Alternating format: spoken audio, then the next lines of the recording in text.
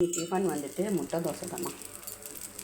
முட்டையில் மிளகுத்தூள், கொத்தமல்லி, மஞ்சத்தூள், உப்பு எல்லாம் போட்டு கலந்து வச்சுட்டேன் தனியாக. அதை அப்படியே தோசையில் ஊற்றிக்கிடமா.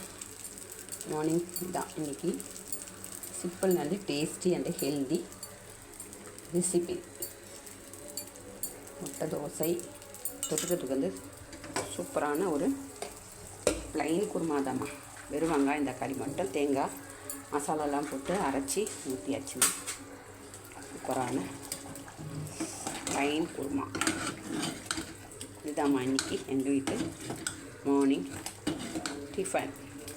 யாருக்கெல்லாம் இந்த முட்டை தோசை பிடிக்கும் வாங்க சேர்ந்து சாப்பிடலாம். சப்ஸ்கிரைப் பண்ணாதவங்க அப்படியே சப்ஸ்கிரைபும் பண்ணிக்கணுமா. அவ்வளோதான், வெந்துச்சு. திருப்பி போட்டுக்கலாம். பாய்.